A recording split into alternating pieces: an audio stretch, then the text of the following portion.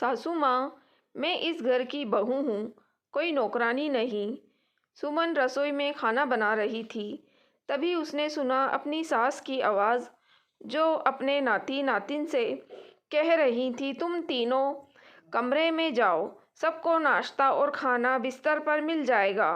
खाना खा के प्लेट वहीं रख देना। तुम लोगों को सिर्फ पढ़ाई करनी है, कोई काम नहीं करने।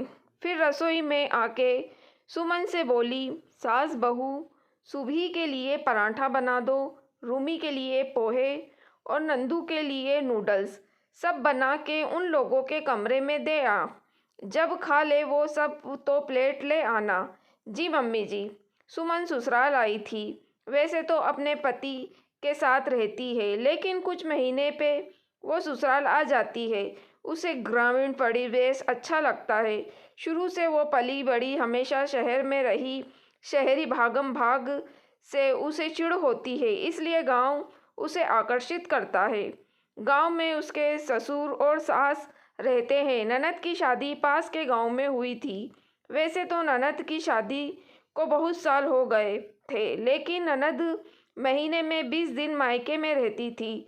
तीनों बच्चे थे उनके। बड़ी बेटी सुभी 16 साल की, रूमी 14 साल की और सबसे छोटा बेटा 11 साल का। जब भी सुमन आती ससुराल, ननद अपने बच्चों समेत आ जाती। घर में गाड़ी के लिए भी एक आदमी था।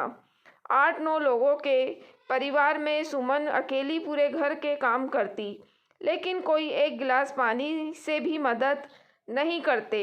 उसे बाद में दिन भर सास ननद के ताने। सुमन के पति को अपने घर के सदस्य के बारे में भली भांति पता था, इसलिए वो हर बार सुमन को मना करता कि तुम मत जाओ, मेरे साथ चलना, फिर मेरे साथ ही आ जाना। लेकिन सुमन कहती, 2-4 दिन में मन नहीं भरता और वो मेरा घर है, किसी की वजह से मैं अपना घर जाना क्यों छोड़ दूं। लेकिन इस बार उसके आत्मसम्मान को झटका लगा। ये क्या बात हुई? बच्चे इतने छोटे तो नहीं कि खुद से खाना ना ले पाएं या प्लेट अपनी उठा के ना दे जाएं। फिर सासू माँ का इस तरह से कहना, मैं क्या नौकरानी हूँ? इस बारे में सासू माँ से बात करनी होगी। शाम में वो सासू माँ के साथ आंगन में बैठी थी, तो उसने सोचा अभी बात कर लूँ। उसने कहा, मम्मी जी, सभी बच्चे से आप कहें खाना खुद से लें और अपनी अपनी प्लेट खुद से साफ करें। नहीं तो रूमी को बोलिए वो अपने भाई बहन का प्लेट साफ करके रखे। घर में कोई काम के लोग तो नहीं, अकेले मैं कितना करूँगी। ये सुन सास उसकी भड़क गई।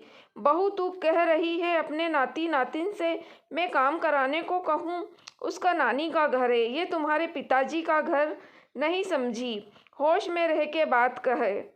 अपने घर तो वे काम नहीं करते, यहाँ क्या? लेकिन मम्मी जी, बच्चों को तो थोड़ा थोड़ा सब सिखाना चाहिए ना। सुमन ने धीमे से कहा, तू अब मुझे सिखाएगी? तू सबकी दादी क्यों बन रही है? अपने काम से काम रख, सास ने अपने तेवर दिखाते हुए कहा। सुमन थोड़ी देर धीरे लेकिन कठोर स्वर में बोली, ठीक है मम्मी जी, आपको जैसे रहना है रहिए, लेकिन मैं आपके घर की बहू हूँ, नौकरानी नहीं।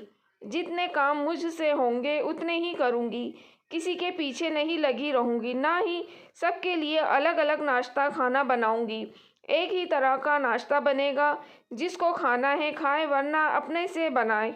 ये घर मेरा भी है, इसलिए मेरा काम क्या है मुझे बताने की ज़रूरत नहीं है। सास अपना सा मुँह लेके उसको देखती रह गई। दोस्तों, अगर आपको कहानी पसंद आई हो तो प्लीज़ आप मेरे चैनल वॉइस ऑफ नीलोफर को सब्सक्राइब ज़रूर कीजिएगा और मेरी वीडियो को लाइक और शेयर भी ज़रूर कीजिएगा। Thank you for watching.